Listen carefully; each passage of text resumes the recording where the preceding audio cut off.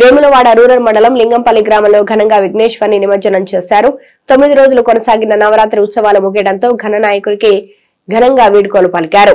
జై బోలో గణేష్ మహారాజ్ కి జై, గణపతి బప్ప మోరియా, తులుచా మలిచా నౌకరియా అంటూ భక్తుల నినాదాలతో స్వామివారిని నిమజ్జనానికి తీసుకెళ్లారు.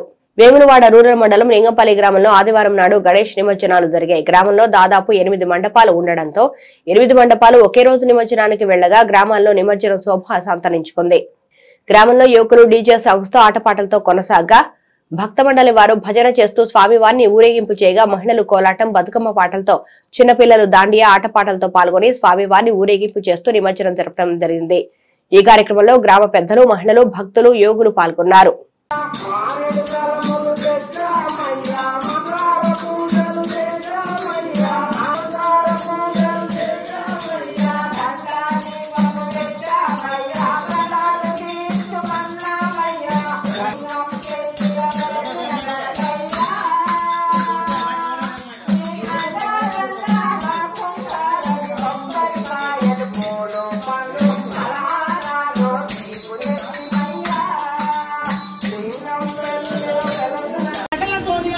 పాడకుండా ఎట్లా పైలెల్లి వస్తున్నారండి.